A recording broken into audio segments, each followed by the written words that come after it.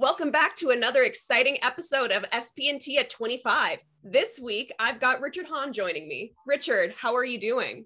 I'm doing great, and thank you for having me. Thank you so much for joining me. I'm super excited to chat with you and to learn about what you did with SP&T's 25 years ago. Okay. Well, I can start by, life is like a domino effect. I was working I'm from New York City. I was working in an ad agency there, and I moved up toward Buffalo. And at that time, I needed a job. And in my passing, I saw this publishers building, and I called up and I said, I'd love to see what you guys are doing. And he said, well, come over. And I went over, he shared with me what they were doing. And he said, I'm thinking of starting a security magazine.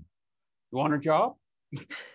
And that's how I got into the security industry. Although at first I was confused because in New York, we were dealing with Wall Street firms and securities.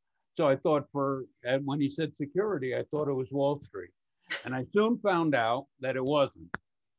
But it was an awesome experience.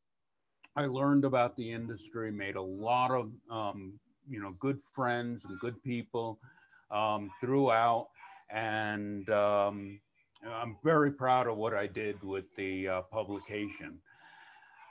After a couple of years, I left there and I decided to start my own business because I knew so many people in the industry, and I started my own business.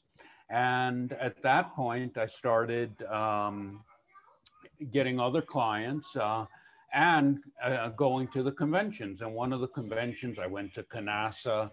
I had DSC as a client. So it was easy for me from upstate Western New York to go and visit as well. And that's how I met Bob Rodkin. And Bob, and then he called me up. We became, friendly. And he said, I'm starting a new magazine called SP&T. And he said, I'd like to get a website. Or I remember trying to get a .ca at that time. And we worked together until doing the website until he sold SP&T. And that's how, by the way, a little bit after that, Paul came aboard. And then I met Paul Grossinger as well. And it's so funny, you started out in New York City and then you came all the way to Canada for this. And where are you now? I'm in Bogota, Colombia. In March, it'll be my 14th anniversary here. And so what were some lessons earned and learned on your end from working with SP&T and building the website?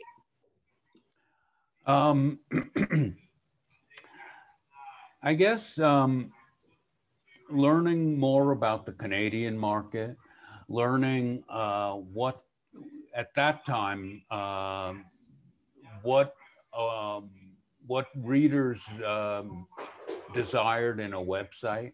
As I said, it was very, very simple. We didn't have all the information. Now everything's online. You can flip through everything. You can link everything. At that time, each issue, we just did a couple of different articles. So I guess I learned, at that time, what's needed at that point. Richard, thank you so much for taking the time to speak with me today. I really enjoyed hearing about your past and how you really did work your way through the industry. And I really do hope that we can keep in touch. I hope so too. And I invite everybody from SP&T to come down to Colombia and visit. And I hope to get up there to, see everybody there in Canada again. We would love to have you come visit soon. Okay. Thank you so much, Ilana.